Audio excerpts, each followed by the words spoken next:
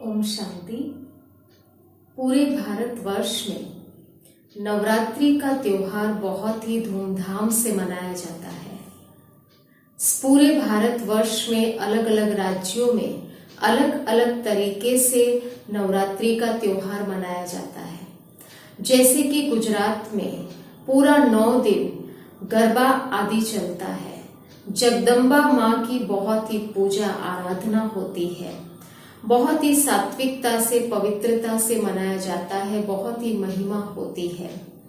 और दिल्ली में जागरण किया जाता है तो वहां पर भी बहुत सुंदर शेरों वाली माँ की मूर्तियां बना करके और वैष्णो माँ की बहुत ही भक्ति पूजा व्रत आदि किया जाता है।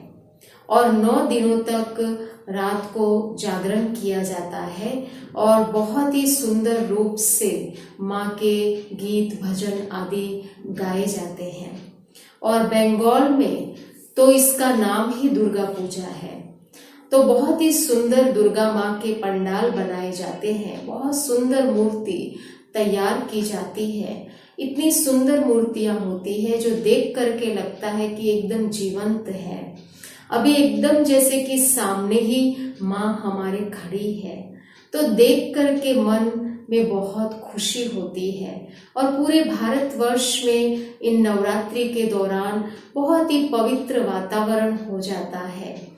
चारों तरफ सात्विकता का वातावरण हो जाता है। अगर कोई मांसाहार लेने वाला भी होता है तो इन 9 दिनों के लिए वो छोड़ देता है और यहाँ तक कि घर में प्रवेश भी नहीं कराया जाता है। और अष्टमी के दिन तो कुमारी पूजा होती है।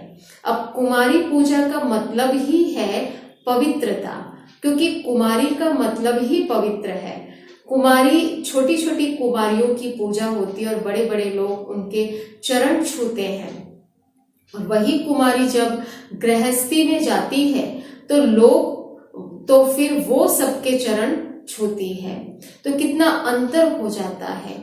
अब प्रश्न उठता है कि ये देवियां कौन है और उनको इतना पूज्य पवित्र शक्तिशाली महिमा लायक किसने बनाया। तो ये है तो देविया जो नारी ही है और ये नारी की बहुत ऊंची स्थिति की यादगार है। तो इसमें नारी रूप में ही जो भी देवियां हैं, चाहे दुर्गा माँ, चाहे काली माँ या वैष्णो माँ या शीतला माँ या लक्ष्मी माँ, जो भी है, तो ये नारी की बहुत ऊंची स्थिति की यादगार है। तो इन सबको शिव शक्तियां कहा जाता है। अर्थात उन्होंने जो शक्तियां प्राप्त की है वो परमात्मा शिव से की है। और उनके हाथों में जो इतने हथियार अस्त्र शस्त्र आदि दिखाए जाते हैं वो वास्तव में जो है वो परमात्मा शिव से उन्होंने अपना बुद्धि योग जोड़ करके, मन और बुद्धि को जोड़ करके परमात्मा शिव से अनेक शक्तियां प्राप्त की है। और उन शक्तियों को ही भुजाओं के रूप में दिखाया है।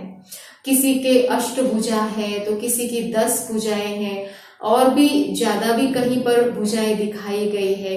तो ये सब जो है वो उन्होंने शक्तियां प्राप्त की है। और कहा जाता है कि इन सभी देवियों ने असुरों का संहार किया, असुरों का वध किया। तो कहते हैं कि जब देवताएं जब बहुत ही बंधन में थे, उन्होंने असुरों ने उनको बंधन में बांध लिया था, तब उनको मुक्त कराने के लिए शिव ने इन शक्तियों की रचना की और इन शक्तियों ने असुरों का संहार किया।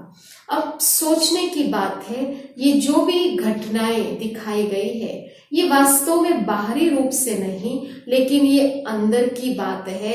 अर्थात ये मन के अंदर होने वाली ये हमारी घटनाएं हैं। तो वास्तव में आज मनुष्य के अंदर तो अनेक असुर है ही, काम क्रोध लोभ मोह अहंकार, ये विकार भी असलियत में असुर है।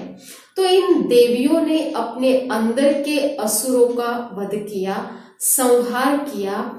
शिव से अपनी बुद्धि को जोड़ करके और अपने आप को शिव के ऊपर समर्पित करके और अपना जीवन सिर्फ अपने लिए नहीं अनेक मनुष्यों के कल्याण के लिए लगाया और अनेक मनुष्यों का कल्याण किया। तो इसीलिए इनको ही शिव शक्तियां कहा जाता है।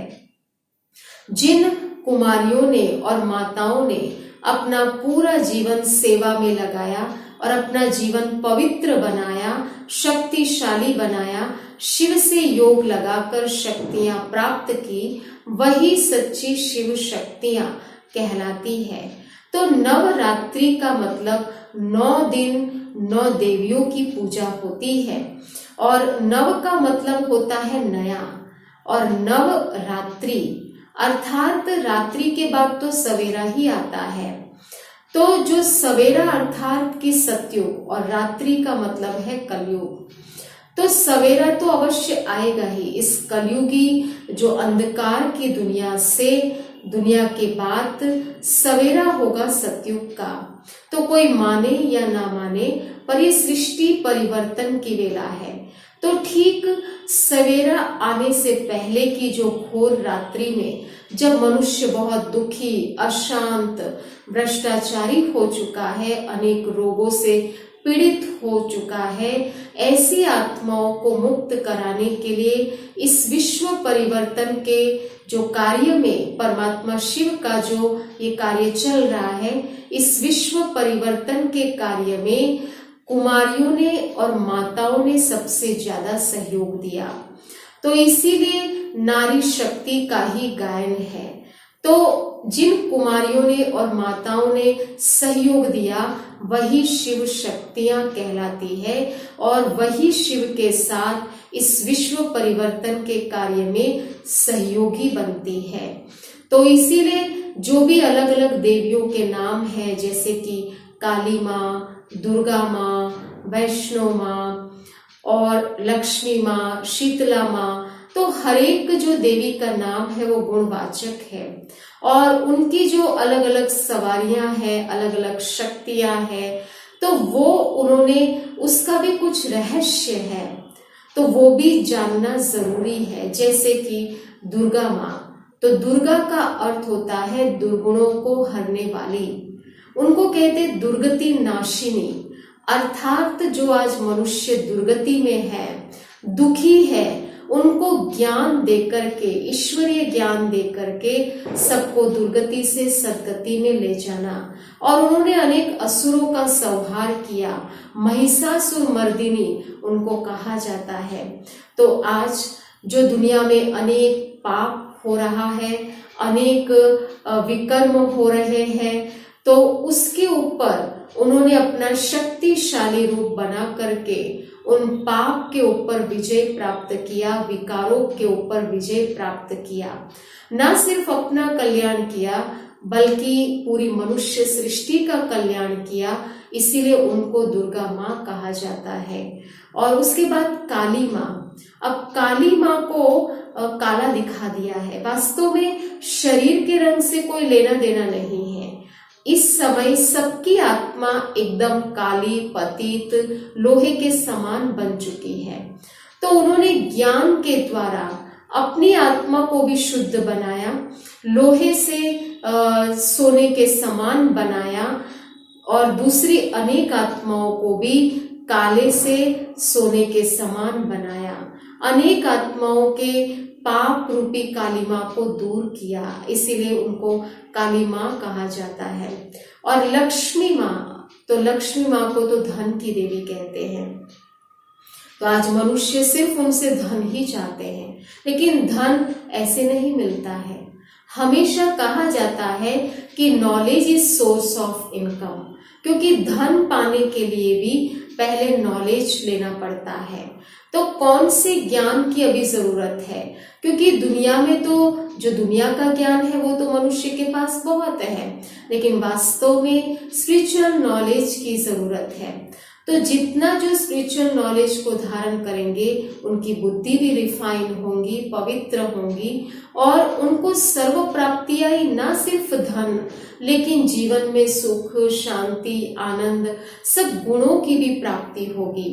तो जिस देवी ने, जिस आत्मा ने ज्ञान धन को धारण करके अपने जीवन में सब प्राप्तियां ईश्वर से की और अनेकों को भी कराई, तो वो है लक्ष्मी माँ।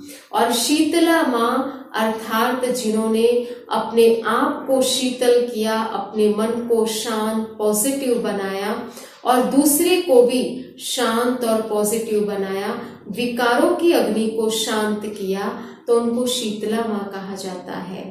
फिर वैष्णो माँ, वैष्णो अर्थात कि जो सच्चे वैष्णव, वैष्णव का मतलब है कि पवित्रता, जिन्होंने काम, क्रोध, लोभ, मोह, अहंकार पर विजय प्राप्त किया, अपने जीवन को पवित्र बनाया और साथ साथ पूरे जीवन में शुद्ध खान पान का व्रत लिया कि आजीवन हम शुद्ध शाकाहारी भोजन स्वीकार करेंगे, न सिर्फ शरीर का लेकिन साथ साथ मन का भोजन भी शुद्ध विचारों का लिया, पवित्र विचारों का लिया, शुद्ध ज्ञान का भोजन जिसने स्वीकार किया, कराया मन को और अनेक आत्माओं को भी कराया, तो वो है वैष्णो माँ।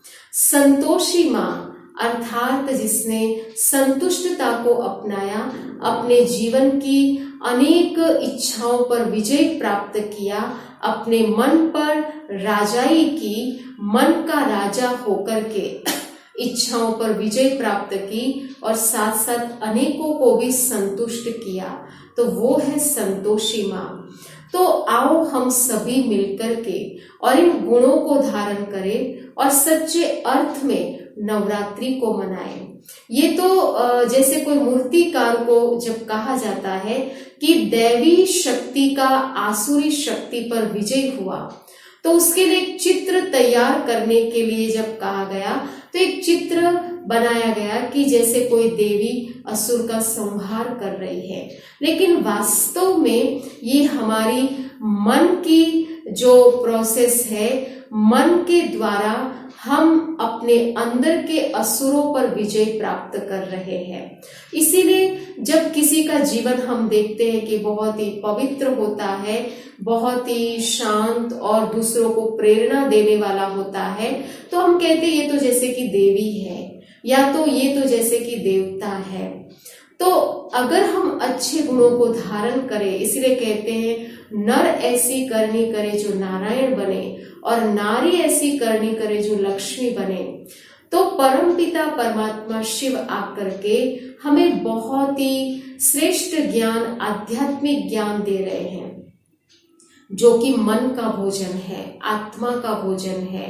तो शरीर के भोजन के साथ साथ हमें मन को भी भोजन देना बहुत ही जरूरी है।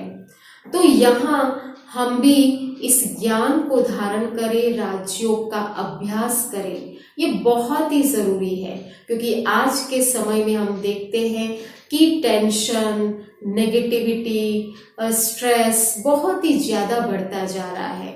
तो इस राजयोग के द्वारा ही हम अपने जीवन में स्ट्रेस फ्री हो सकते हैं, टेंशन से मुक्त हो सकते हैं। तो राजयोग बहुत ही जरूरी है अपने मन को शक्तिशाली बनाने के लिए। तो मेरा आप सब से यही निवेदन है कि आप थोड़ा सा भी समय निकाल करके अवश्य ईश्वरीय ज्ञान सुने और राजयोग का अभ्यास करें। अच्छा, ओम शांति।